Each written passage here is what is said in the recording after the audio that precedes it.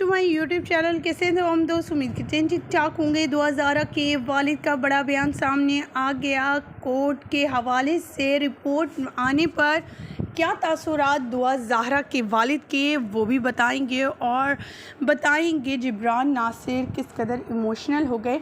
मुकम्मल video share करेंगे आज के इस वीडियो में, इसलिए वीडियो को विदाउट स्किप किया लास्ट तक देखिएगा।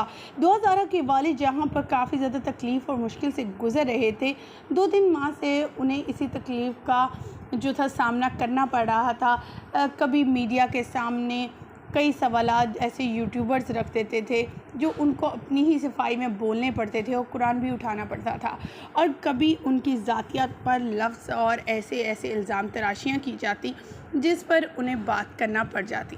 फिर आखिर उन्होंने दोबारा से जब केस रिन्यू हुआ और जिब्रान नासिर सामने आए तो उनका कहना था कि अब वो मीडिया पे नहीं आएंगे और कोई भी बयान जारी नहीं करेंगे और ना ही किसी का भी जवाब देंगे। वो सिर्फ़ और सिर्फ अपनी बेटी के इस केस पर फोकस किए हुए हैं।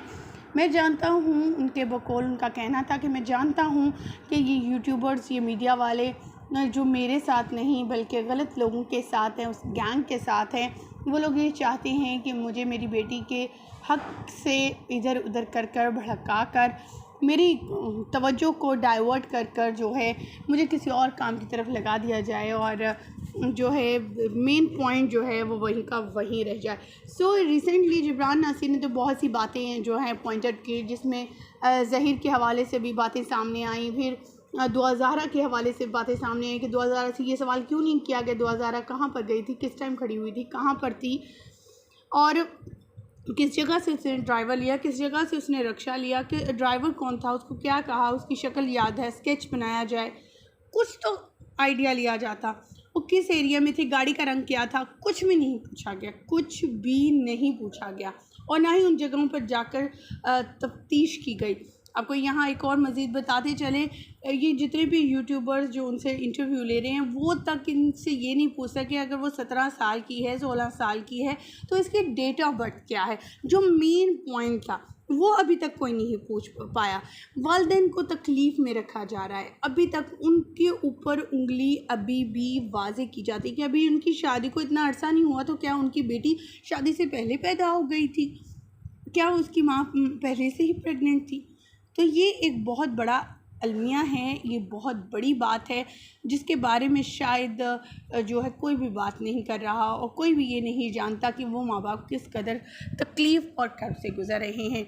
मीडिया में से बात करते हुए जब जिब्रान नासिर से कुछ सवाल किए गए थे तो उनके सवालों में जिब्रान नासिर का मौक़िफ़ भी रखा गया और उन्होंने तमाम तर तफ़सीलात बताई अदालत के मुतालिक, फिर पुलिस एहलकारों के रवैयों के मुतालिक भी बातें की। और वो जो थे पुलिस एहलकारों से तो बिल्कुल ही जो है ना उनका एतमाद उठ चुका है। उनका कहना है कि ये लोग तो कहते ही यही हैं और अभी भी उनका मौक़िफ़ यही है कि ये केस तो इधर का बनता ही नहीं है, ये तो लाहौर का केस बनता है, यहाँ का है ही नहीं, ये तो केस फारिग है, तो इसलिए उनसे तो कोई उम्मीद दिखाई देती नहीं। दौरान मीडिया के एक पर्सन ने क्वेश्चन किया मेहदी अली काज़मी से कि आप दुआ ज़हरा से मिले या नहीं जब वो आई थी मेडिकल के लिए, तो उनका कहना था, वो भी जवाब देने ही लगे थे कि जिब्रान नासिर बोल पड़े और कहने लगे कि इनको और ज़्यादा तकलीफ़ ना पहुँचाएं, वो किस कदर कर्ब से और तकलीफ़ से गुजर रहे हैं, अपनी औलाद को सामने देखते हुए भी उनसे मिल नहीं पाते और हमने ऐसी कोई डिमांड भी नहीं रखी क्योंकि हम नहीं चाहते कि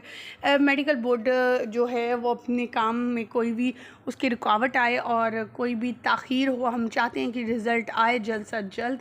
ख़वातीन व हज़रात, यहाँ पर एक और बात भी ऐड करना चाहूँगी कि दुआ ज़हरा केस की आज जैसे कि समात है, आज रिपोर्ट आ जानी है और अभी चंद लम्हों बाद जो है रिपोर्ट आ जाएगी और हम इंतज़ार में हैं। हमारे कुछ रिपोर्टर्स जो हैं वहाँ अदालत में मौजूद है और जब जब वो हमें अपडेट करते रहेंगे, आपके साथ वीडियोस शेयर करते रहेंगे, वो अपडेट भी शेयर करते रहेंगे। इसलिए जो लोग हमारे चैनल पर न्यू हैं उन सभी से रिक्वेस्ट है हमारे चैनल को सब्सक्राइब कर लें, साथ में बेल आइकन को प्रेस करें ताकि 24 से आने वाली नई अपडेट का नोटिफिकेशन आपको सबसे पहले और बर वक्त मिल सके। पुलिस एहलकारों के रवैये, पुलिस एहलकारों की सेल्फियाँ ये वाज़े करती हैं कि वो ज़हीर गैंग और नेटवर्क के साथ भरपूर इंजॉय कर रहे हैं और वो भी लोग सिंध का आकर सिंध में, कराची में काफ़ी इंजॉयमेंट करते हुए दिखाई दे रहे हैं। लेकिन वालिदैन का क्या कसूर जो इतनी अज़ियत और तकलीफ़ से गुजर रहे हैं। आपको यहाँ एक और बात बताते चलें कि जिब्रान नासिर का एक और जो है मौक़िफ़ है और एक और बात उन्होंने मेडिकल की रिपोर्ट आने के बाद रखेंगे। और वो वीडियोस कुछ हैं दुआ ज़हरा की जो उसके घर से ली गई हैं, कुछ ऐसी जिसे देखने के बाद ये तो वाज़े हो जाएगा कि दुआ ज़हरा जो है वो 15 साल की तो है ही, 14 से 15 साल की तो है ही, लेकिन वो अपनी बाप के लिए किस कदर तड़प रही है, लेकिन उसकी फैमिली जिनके साथ वो रह रही है वो उसे मिलने नहीं दे रहे। तो ये चीज़ें वो वीडियोस भी आपके साथ जल्दी शेयर करेंगे चंद लम्हात बाद, क्योंकि रिपोर्ट का इंतज़ार है। रिपोर्ट क्या आती है, उम्मीद तो 100% है और यही आसार नज़र आ रहे हैं, क्योंकि कुछ डॉक्टर्स, ये मेडिकल बोर्ड की जो कुछ टीम है उनके मेंबरान, उनके दोस्त अहबाब की कुछ बातें समझ आईं, उनसे यही अंदाज़ा लगाया गया कि बच्ची को देखकर और तमाम चीज़ें जाने के बाद इतना तो जो है वो जान पाए कि बच्ची अभी 14 से 15 साल की, इससे बड़ी नहीं। यानी ये रिपोर्ट जो है 100 से समझ लीजिए कि 70% कन्फर्म है। 30% कन्फर्म तब हो जाएगी जब अदालत की तरफ से भी इस बात की श्योरिटी हो जाएगी। तो इंशाल्लाह आपके साथ अपडेट शेयर करते रहेंगे। साथ में आपको यहाँ बताते चले 2000 के मालिक मकान जो ज़हीर फैमिली ने जो घर किराए पर लिया था, जो मकान जो कमरा किराए पर लिया था, उसकी हालत कितनी बुरी थी। और जो कहता है कि 80,000 मैं कमाता हूँ, वो अपनी बीवी को जो है वो एक जोड़ा नहीं लेकर देता। बीवी 3 जगहों पर, 3 से 4 जगहों पर एक ही जोड़ा पहन के अदालत में भी पहन के आती है, पिज़्ज़ा खाने होटलिंग करने जाते तब भी वही पहना हुआ है, और अपनी बर्थडे पर भी येलो कलर का ड्रेस ही पहना हुआ है। तो ये 80,000 कमाने वाला शख्स अपनी बीवी को जो है, जिसके लिए वो बहुत स्टैंड ले रहा है कि मैं कराची से अकेले नहीं जाने दूँगा, मैं इसके साथ जाऊँगा, तो वो जो है उसको सूट भी लेकर नहीं दे सकता, इतना भी अफोर्ड नहीं कर सकता, क्योंकि उसके मालिक मकान का कहना था कि इनके पास किराए के लिए पैसे तक नहीं थे। इन्होंने फ्रिज बेचकर हमारे मोहल्ले में ही किसी को, और उसके जो पैसे आए थे वो हमें जो है किराए में उन्होंने दिए थे। इसके अलावा मालिक मकान का ये भी कहना था कि हमारा मकान जो है इनके मकान के बिल्कुल साथ है, इसलिए इनके घर से आवाज़ें मुख्तलिफ आती रहती थी। कभी 2000 को नहीं देखा था और कभी इधर गए भी नहीं थे, क्योंकि ये आने भी नहीं देते। तो अगर कभी आते भी थे तो इनके कमरे लॉक होते थे और ये अंदर से हमें नहीं अंदर आने देते थे, बल्कि ख़ुद बाहर आ जाते थे। जब मैं बिजली का बिल, ये मालिक मकान का कहना था कि वो जब बिजली का बिल लेने या फिर गैस का बिल लेने जाते थे तो वो खुद ब खुद बाहर आ जाते, इसलिए कभी अंदर के माहौल को नहीं जान पाए, सिर्फ अल्फाज सुन सके।